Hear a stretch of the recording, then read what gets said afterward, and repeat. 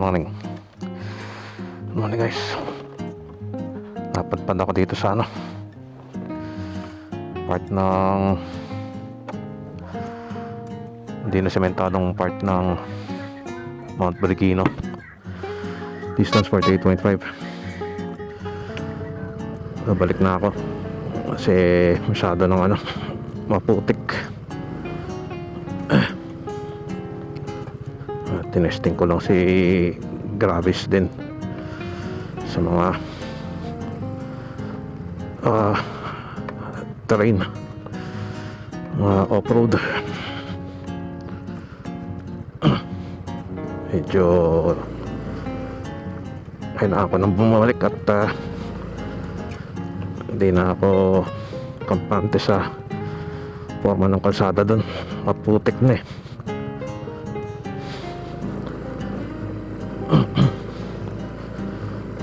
Kailangan ko na bumalik.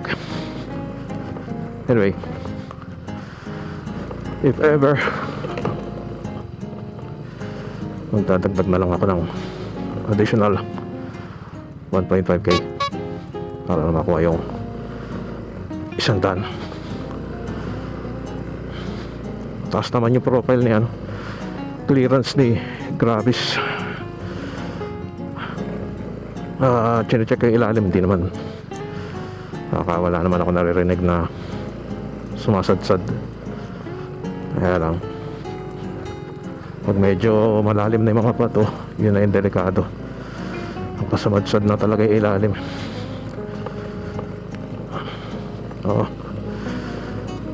Bukod sa 100k challenge, sinabak din pala natin si Gravis sa ganitong off-road.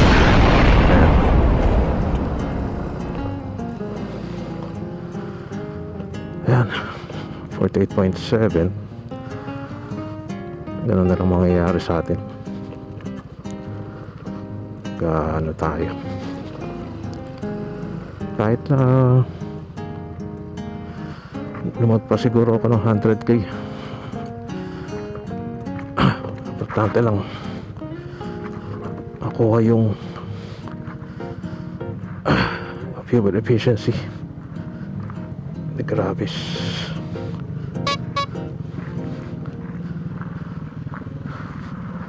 Minsan yan, hindi ka na pinipiga yung throttle, tinutuloy ko na lang, ginagamit ko na lang yung gravity para umandar. Mukhang pagbasa to, palagay kay prone sa landslide itong part na to. Buti na lang hindi mo ulan ngayon, January. Tuloy pa summer na. Yan. So double purpose tong vlog na to. Isang 100k challenge, tapos isang off-road test challenge. Pero hanggang doon lang sa limit. Hindi ko na isasagad si Gravis doon sa alanganing parts. Hanggang doon lang sa kaya ko at nakikita kong kaya ng motor. Ayan, ito yung may kalsada na EJ campsite. Okay, 49.7. Okay, lapit-lapit na eh. Teka nga, kakaskasin ko yung sapatos ko. Wala naman masyadong putik. Ayan, kalsada na to, safe na tayo. Thanks be to God. Ayan, nagre-reprop sila. Nagre-reprop sila dito. Yan, iba sa landslide. Ito siguro ay papuntang EJ campsite. Yeah.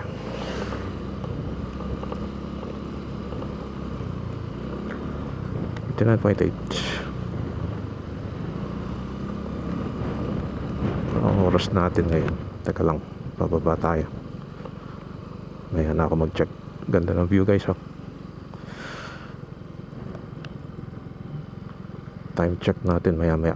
At pababa lang ako.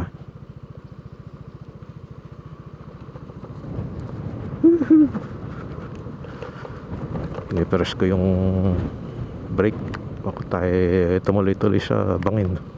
Ayan, ayaw natin yan. Ito yung pinagtanan ni Gravis kanina.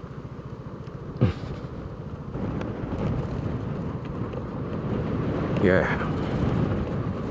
41. Naka freewheel lang tayo ngayon, ha? Naka freewheel lang si Gravis. Ayun, tatakot ako baka bigla akong ma-slide eh. Yun, 50.3 guys, oh. Yan, oh. Officially naka 50 kilometers na. Nabalik na talaga tayo.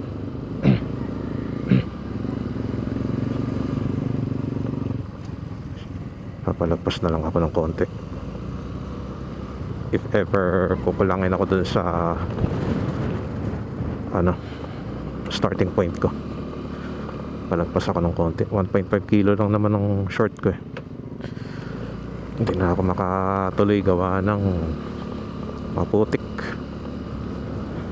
Ito ba yung Mount Perugino, yung tuktok na yun? Kita nyo ba guys yun, no?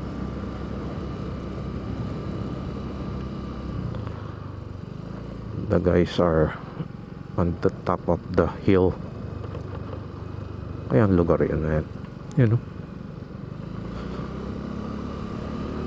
Nice. 50.7. Basta ang target ko lang, gusto ko lang ma-reach yung yung 100k. Ayan, I think we're back to part ng Mount Perugino yung kanina. Ayan, back tayo dito sa ito yung starting point ko yung kanina, yung review. Yan. Yeah, ganda, di ba? View deck. Right.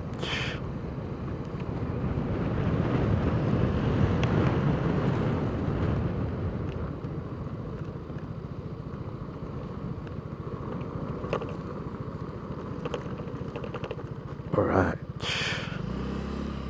Woo. Sarap. Back to Mount Perugino. May pool pala doon. Pool pala yun. Ayan, oh. Mga bata, oh. Pool. Saan pala? Swimming pool pala yun. May Meralco.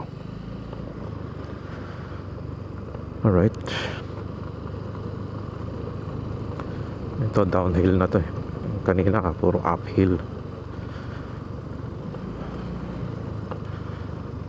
Makapit naman si gulong. Yung IRC tires ni Gravis, stock wheels. Kaya lang hindi ko sure kung makapit pa rin to pag basa. Baka yung ibang gulong, yung mga Pirelli or Michelin, baka mas makapit yun. Pero ito is, I'm not sure. First time kong magkaroon ng motor, and first time kong sumubok ng ganitong wheels. Ayan, certain segments na malubak, kaya alalay. Ayan.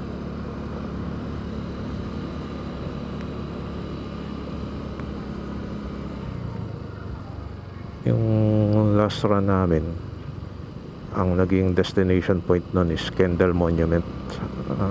Hindi ko lang alam kung saan part yun dito, pero pretty sure malapit lang yun dito.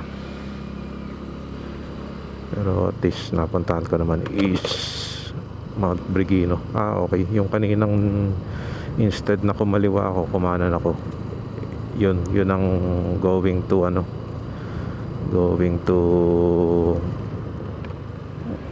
Mojaco Hill. Pero yung Kendall Monument, I don't know kung saan part, pero within the area lang. Ito kasunod natin, mga turista rin yun. Yan.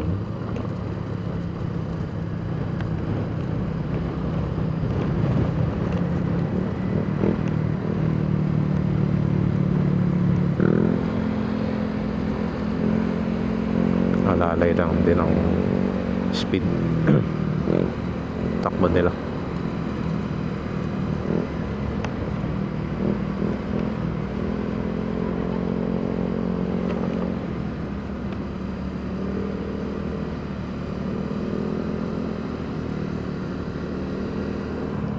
So far smooth ang takbo niya, Gravis.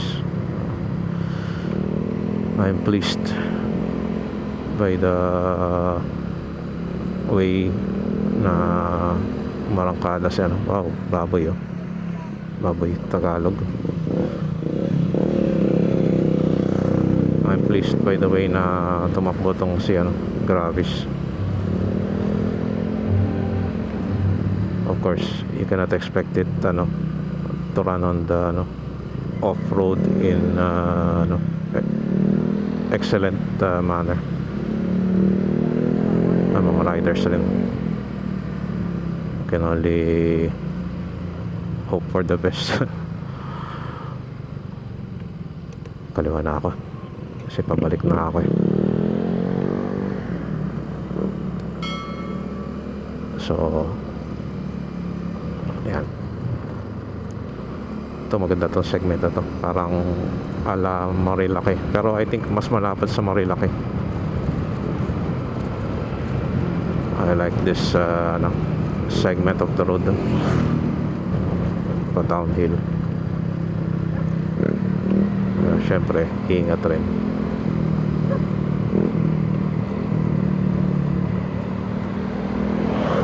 Kailangan ko na mauna sa dalawa.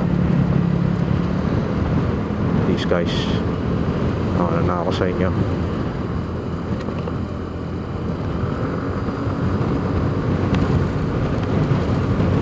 Time check, sorry, 9:45 AM. Sana makabalik ako ng before 11 sa Tabang. Sana makabalik ako before 11.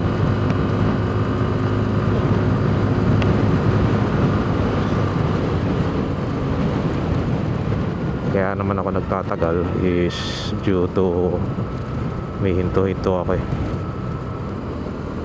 Kaya ako medyo tatagal. Yun ang mga delikado eh. Overtake na ganun eh. Tinitake na yung lane. Vlogger pa man din, man.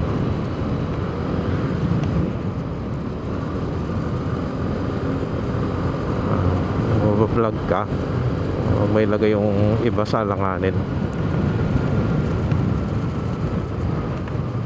para lang maging sikat ka, di ba? Hindi cool.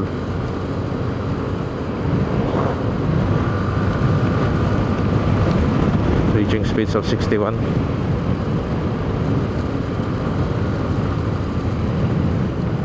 Kaya ni Gravis. Mga lokal talaga dito walang helmet, ayaw din na nag-helmet. Wow,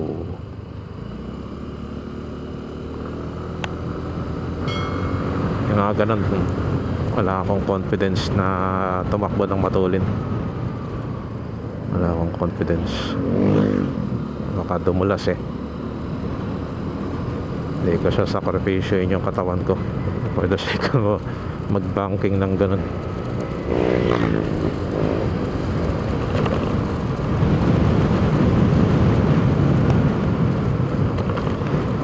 Alright, akyatin. Speeds of 44. Kaya ni Gravis. Akyatin tayo. 47. Hindi ko lang hinahataw. Oh, okay. Nice.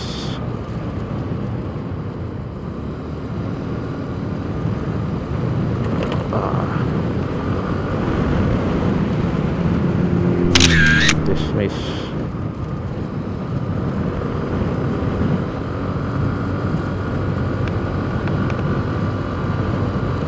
Lock muna kita.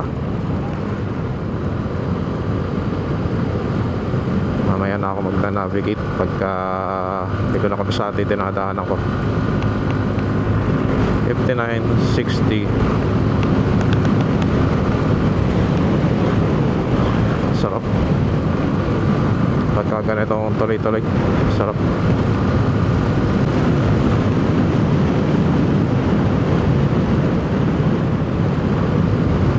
Woohoo. 70. Wow, 80.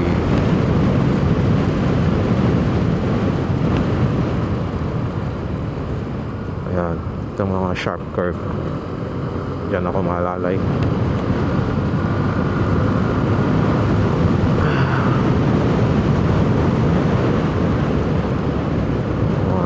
Blind spot, yan.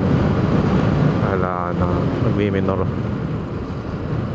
Baka madali.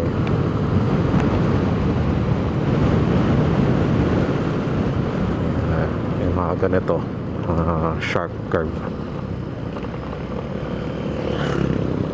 Kailangan alalay lang. 56.4. Oo, 44 kilometers to go.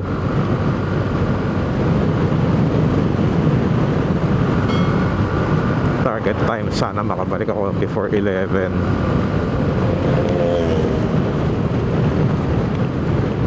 And yeah,